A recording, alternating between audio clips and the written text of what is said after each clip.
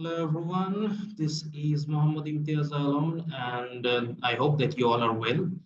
And in today's video, we're going to talk about conditionals, an important part of the grammar. And in this type of sectors, students really get disturbed and confusion whether to do what. And that's why in today's video, we're going to talk about and we're going to dig deep about conditionals. So what is basically this conditional is all about?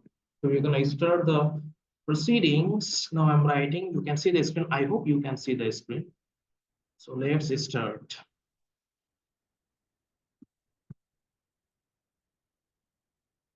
So now you can see the first clause starts with if.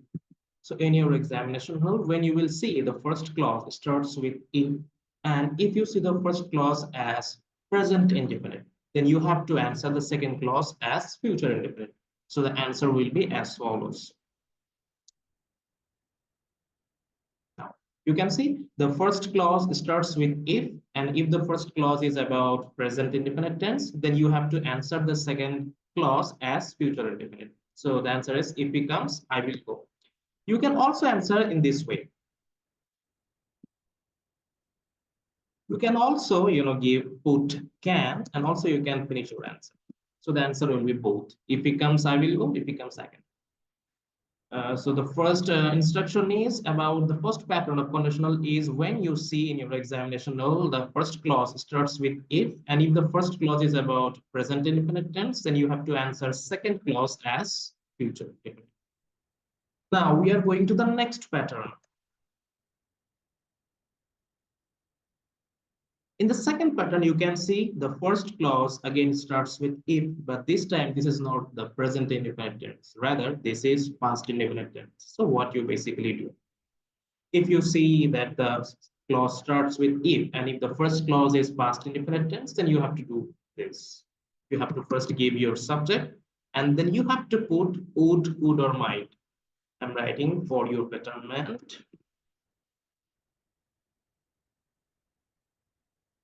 So you can see, you can use either anyone. You can use would or could or might. So I'm using would. So the answer will be I would go.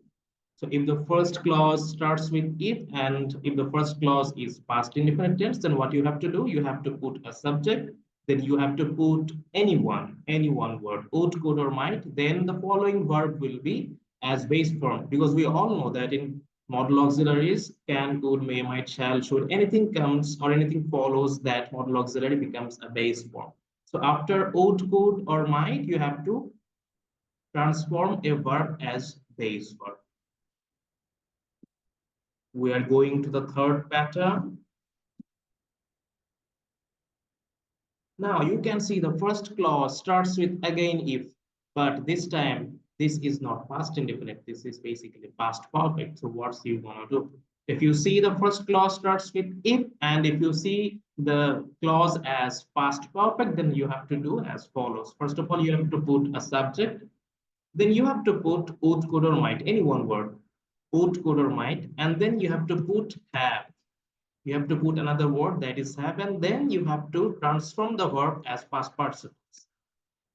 You can see the answer is ready. So if the first clause starts with if, and if the first clause is past perfect, then what you have to do, you have to put a subject, then you have to put a word that is would, then you have to put an extra word that is have, and after that you have to give a verb, but that will be in a past participle form. So this is the three patterns of conditional sense. I am repeating again. If the first clause starts with if, and if the first clause is present indefinite, then you have to answer the second clause as future indefinite. You can see there is one word will, and the following verb is base form. Now, if the first clause starts with if, but this time, if you see the first clause as past indefinite tense, so what you have to do, you have to put a subject, then you have to put would, could, or might, anyone. And then after you will put a verb that will be in a base form. Coming up to the third pattern, you can see if the first clause starts with if, and if the first clause is past perfect tense, so what you have to do, you have to put subject, then you have to put any one word, would, could, or might, then you have to put an extra word, and that is have, and after that you have to give a verb, but that will be in a past participle. So this is all about the three patterns of conditional sense. There are more patterns of conditional sense, but basically these three patterns, we focus more in conditional sense.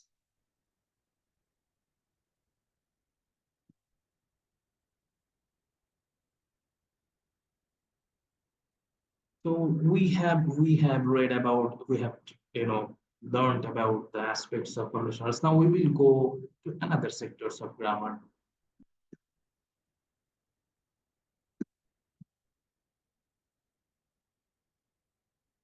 So you can see I have written two phrases, and that is or group verbs. First of all is used to, and the second is be used to. So what is the difference between used to and be used to? You have to understand this aspect. When we see these type of things, used to or be used to, then we have to understand how you're going to answer these type of things.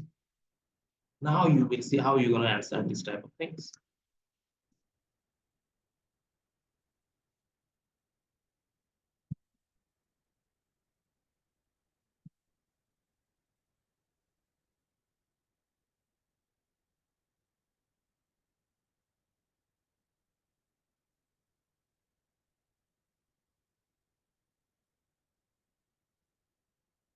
Now you can see I have written two sentences. The first one is I used to, and the second one is I am used to. And I have put the options as same. You can see go, going, and gone.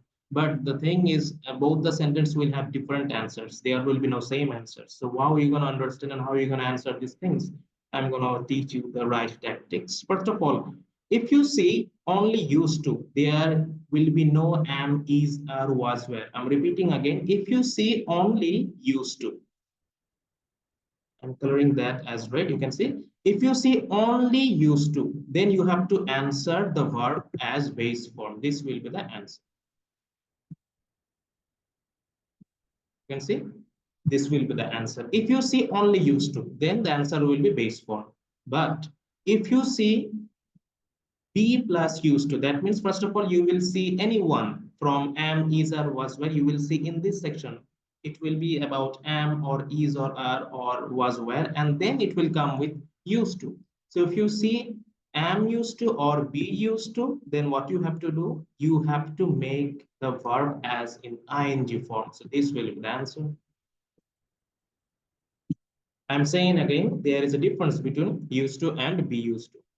If you see only used to, then the following verb will be a base form. And if you see be used to, that means, first of all, you will see am, is, or was, were, anyone, and then you will see the used to. So if you see be used to, then the following verb will be in an ing form.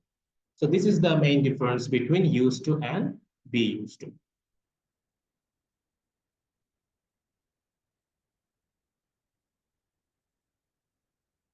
Now we are going to the modals. How are you going to answer the things of modals? First of all, we have to know what is these modals.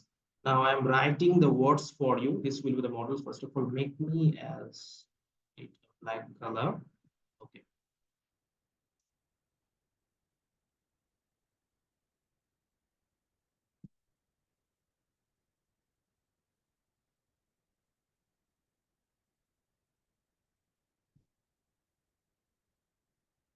Okay. So you see there are lots of models, but now for at this moment, you're going to focus about these things.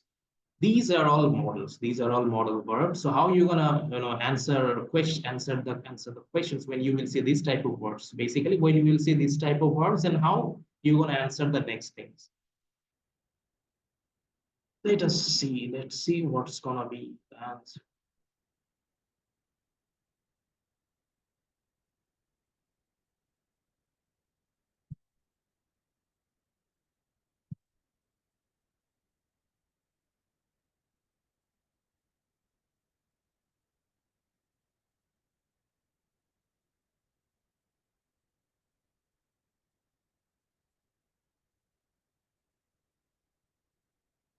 Now, I have written two sentences. The first one is he can, and I have given three options, and that is go, goes, and going. And also I have written the second sentence, and this is she would, and you can see there are lots of options as well. And this is plays, played, or played. So how are you gonna answer this type of things?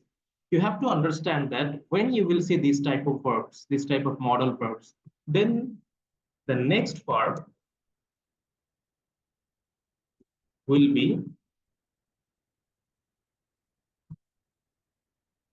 in a base form. So if you see modal verbs like can, could, may, might, shall, should, will, then the next verb will be base verb. So you have to answer exactly in this way. So you can see This is the modal verb.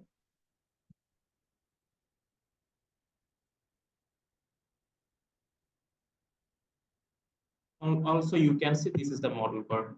So what you have to do, if you see this type of verbs, modal verbs, then the next verb will be in a base form. So the first answer will be go, because this is a base form. And the answer of the second sentence will be play, because this is also base form. Now there is a question people often get confused about, how you're going to understand whether this is base form or not.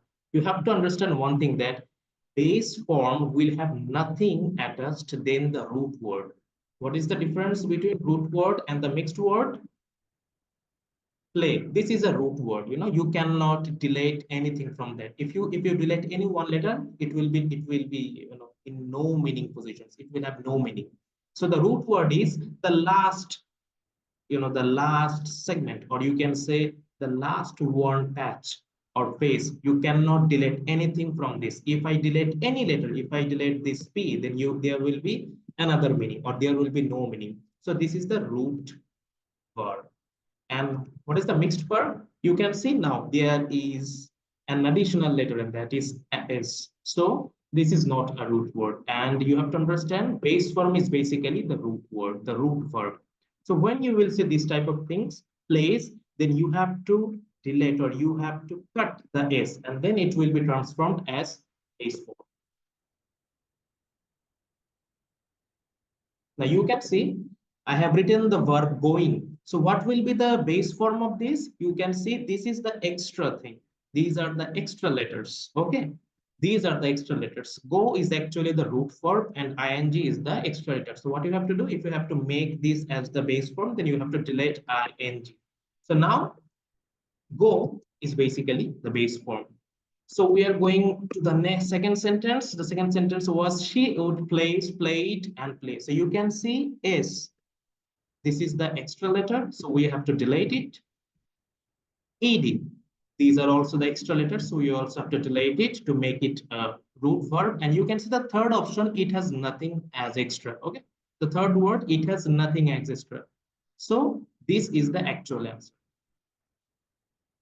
And that's how you're going to understand, and that's how you have to answer in your examination hall. When you will see this type of verb, this type of verb is called as modal verb. And when you will see the modal verbs, after that, the next verb or the main verb will be in a base form. You can see these two sentences. He can, she would, can and would. These are all modal verbs, and that's why the answers as follows. The first answer is go, and the second answer is play. So this is about the modal verbs.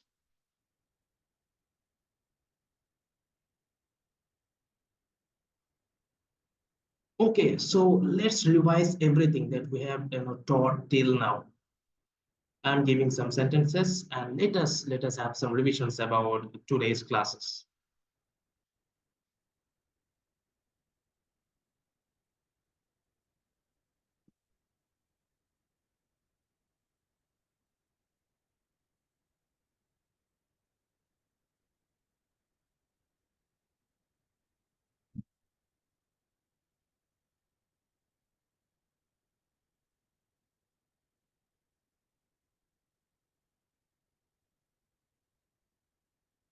Okay, let us give in a different way.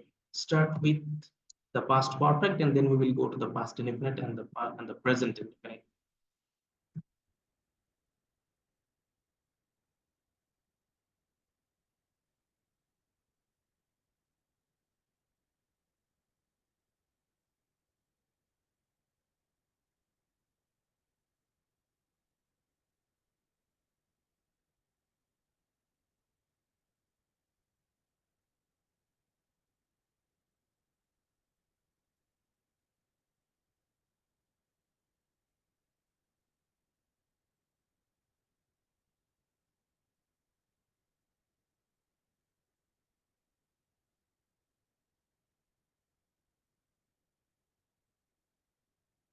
Now you can see all these three sentences, they all have if as the first starting version.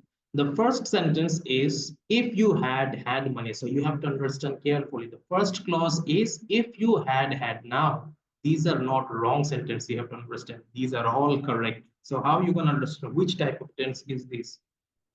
This is not past indefinite. You have to understand this is not past indefinite. Rather, this is past perfect. So how you gonna understand whether this sentence is past perfect or past indefinite? You can see this is the auxiliary,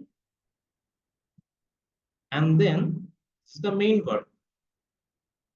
So in this sentence, we can see there is the auxiliary had, and after have has had, we have to make the verb as past participle. So you can say this is past perfect. So when you will see this type of clause, you have to understand this and you have to make this as past perfect. So you can see the first word is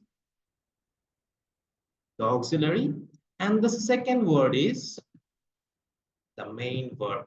Okay, and that's why this is past perfect. And we know that if the first clause is past perfect and if the first clause starts with if, then the answer will be, you have to first of all give the word would, could, or might. You can use any one word. Okay, would, could, or might. Then you have to add one word, and that is have, and then the next verb will be transformed as past participle. So you can see this is the actual answer. So if you see the first clause starts with if, and if you see the first clause as past perfect, so what you have to do, you have to first of all, give your subject, then there will be would, could, or might, any one word, and then you have to put have, and then the next word will be transformed as past participle. That's how you're gonna, make the answer correctly. Now coming up to the second sentence, you are saying the first clause starts with if, but now this is not past perfect. This is rather past indefinite. Why this is past indefinite? You can see in the first clause, there is only one verb. There is only one verb. You will not see any verb rather than had. So in the first clause, there is only one verb, and that is why the first clause is past indefinite. This is not past perfect. You can see in the first sentence, we have two verbs, but in the second sentence, the first clause is we have only one verb. So this is actually past indefinite. And we all know that if the first clause starts as past indefinite, so we have to answer as follows. First of all, you have to write would, could, or might, any one word, and then the next one, the next verb will be in a base way, or you have to make the next verb as base form. So this is the answer. If you see the first clause as past indefinite, and if you see the first clause starts with if, then you have to answer like this. First of all, you have to make your subject, and then you have to write would, could, or might, and then the main verb will be transformed as base form. So now we are going to the third sentence. You can see,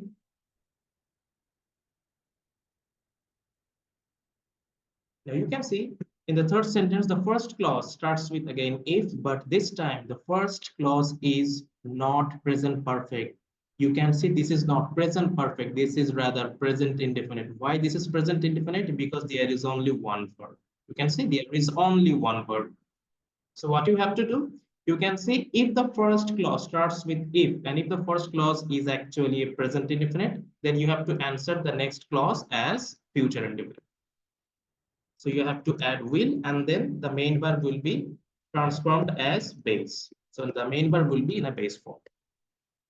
You can see if the first clause is present indefinite, and if the first clause starts with if, then the second clause will be future indefinite. Or you can also, alter this with can. You can also use can. That will be also. So we are repeating the first sentence. If you had money, you could have bought a car. The second sentence is if you had money, because this is past indefinite, you would buy a car. And the third sentence is actually present indefinite. So the answer will be if he has money, he can buy a car, or he will buy a car.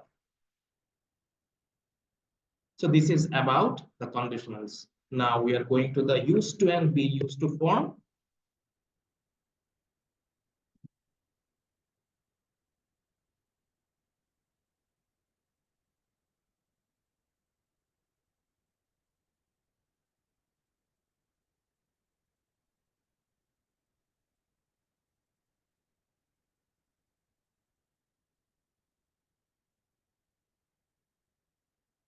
Now you can see, if you see in your exam paper that there is only used to, okay, there is only used to. So you have to make the verb as base. You can see you have to make the verb as base. So this is basically a base form. So the answer will be same.